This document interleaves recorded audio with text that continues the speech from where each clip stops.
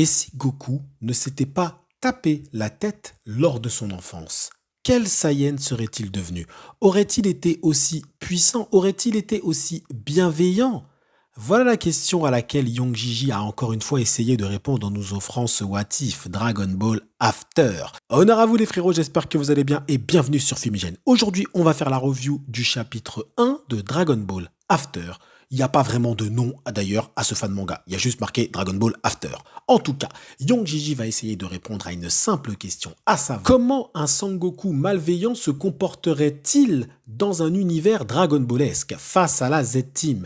Est-ce que Sangoku ne serait pas finalement l'ennemi le plus dangereux de Dragon Ball? Et si aujourd'hui, il allait créer le chaos? Au début du chapitre 1, on remarque un entraînement entre Goku et Oob. C'est bien logique, c'est la suite fidèle de Dragon Ball. Et oui les frérots, à la fin de Dragon Ball, Toriyama nous avait montré que Sangoku partait s'entraîner avec Oob. Et bien cet entraînement avec Oob, il va nous le montrer tout simplement. On va constater à quel point ce dernier a fait des progrès, pas forcément Sangoku mais surtout Oob.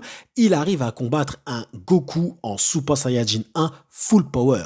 Et lorsque Goku passe en Super Saiyajin 2, Oob est obligé d'aller puiser dans ses instincts de réincarnation de Majin Buu pour pouvoir lui tenir tête. Mais lors de leur entraînement, Oob va mettre un coup à un endroit très précis. Il frappera l'endroit où Goku était tombé lorsqu'il était enfant. Et par conséquent, il va remémorer, il va faire en sorte que Goku va se remémorer cette blessure. Cette blessure aura l'effet inverse qu'elle avait eu auparavant, à savoir que la première avait rendu Goku gentil, bienveillant, etc. Eh bien, cette dernière va lui faire revivre, va lui faire revenir ses instincts bestiaux sauvages de Saiyan. Et Goku ne va pas attendre, il va immédiatement partir combattre Oob. D'ailleurs, c'est vrai que c'est pas très logique parce qu'il se demande même pas qui il est, qu'est-ce qu'il fait là, etc. Non, lui, il arrive, il va direct défoncer Oob. Et on va comprendre tout de suite la dangerosité de ce Sangoku parce qu'il va tuer Oob. Du moins, il va se le faire très violemment. Alors, il n'est pas encore officiellement mort, mais c'est qu'une question de temps.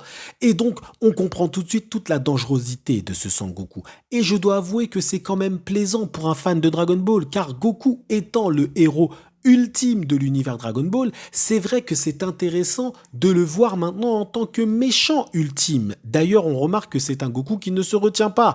Et Goku, dans Dragon Ball, c'est le spécialiste de « je me retiens ». J'arrive, je commence en SSJ1, SSJ2, il fait sa petite danse du ventre, etc. Il ne se bat pas à fond. Il suffit de se remémorer son combat contre Vegeta dans l'arc Majin Buu. Le mec avait combattu en SSJ2 alors qu'il avait le SSJ3. C'est limite une humiliation pour Vegeta. Et bien là, ce Goku-là ne se retient pas. Il est là pour tuer la cible. Et il va littéralement se faire Oob.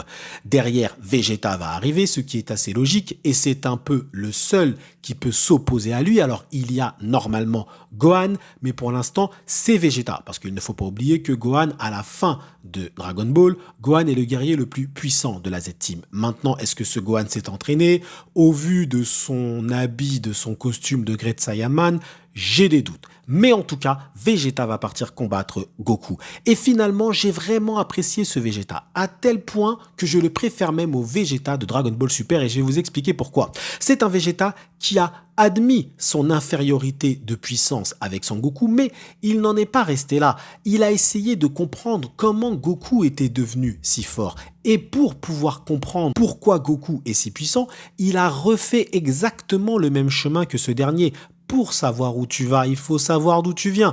Et Vegeta va reprendre les entraînements de Goku jusqu'à l'entraînement dans la tour Karin. Et oui, finalement, Goku est un exemple pour Vegeta. Et Vegeta va chercher à le surpasser en utilisant les mêmes entraînements qu'il a eu. Et c'est vrai que si on réfléchit bien, c'est le point faible de Vegeta face à Goku. C'est quelqu'un qui n'a pas eu de sensei. Goku a eu des sensei pour l'entraîner, pour le développer, pour qu'il puisse se développer. Vegeta n'a pas eu cela, mis à part dans Dragon Ball Super. Mais là, dans cette version-là, Young Gigi ne prend pas en compte Dragon Ball Super.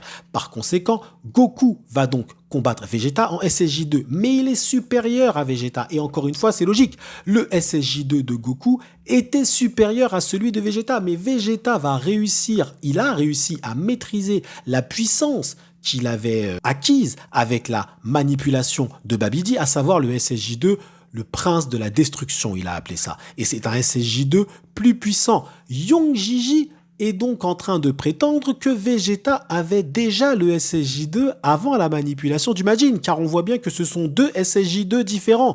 Tu as le SSJ2 de Vegeta de base et ensuite tu as le SSJ2 du Majin. Ça veut dire que Vegeta avait le SSJ2 mais il n'était pas assez puissant pour combattre Goku. C'est la théorie de Young Gigi. Ils seront donc à force à peu près égales. Mais Goku va très vite passer en SSJ3. Je l'ai dit, c'est un Goku qui ne rigole pas, qui utilise toute sa puissance directement. Et Vegeta se retrouve maintenant, encore une fois, en infériorité de puissance. Comment va-t-il faire pour rattraper Goku? Eh bien, il va falloir suivre la review du chapitre 2 de Dragon Ball After qui n'a pas de nom, les frérots. Et franchement, j'ai bien kiffé ce fan manga. Alors, je connais plus ou moins la suite, mais ça fait tellement longtemps que je l'ai lu que je vous avoue, je ne sais plus trop exactement comment ça va se dérouler. Mais je sais que c'est très intéressant, donc n'hésitez pas à suivre les reviews sur Fumisho, les gars. En tout cas, merci à vous d'avoir suivi cette petite review jusqu'au bout. Prenez soin de vous et que l'honneur soit avec Goku. Là, je suis obligé.